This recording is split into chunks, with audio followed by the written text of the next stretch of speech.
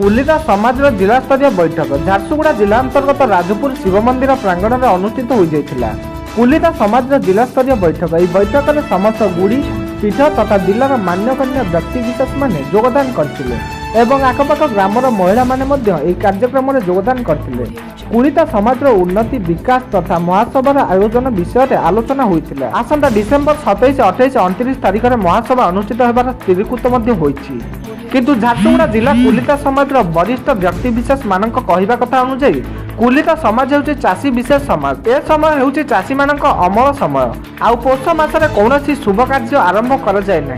तेणु करी समस्त झारसुगुड़ा जिलार कुलिता समाज एही महासभा को आगको बढ़ाइबा पई अनुरोध करथिले और महासभा को वर्जन करथिले। एही कार्यक्रम रे आयोजन करथिले राजपुर ग्रामर हिमांशु प्रधान और हरिहर साहू, ब्रजराज नगर कुलिता समाज विकास मंचर सभापति नंदकिशोर प्रधान, संतोष बड़ई और मान्यगण्य व्यक्तिविशेष माने एही कार्यक्रम में योगदान करथिले।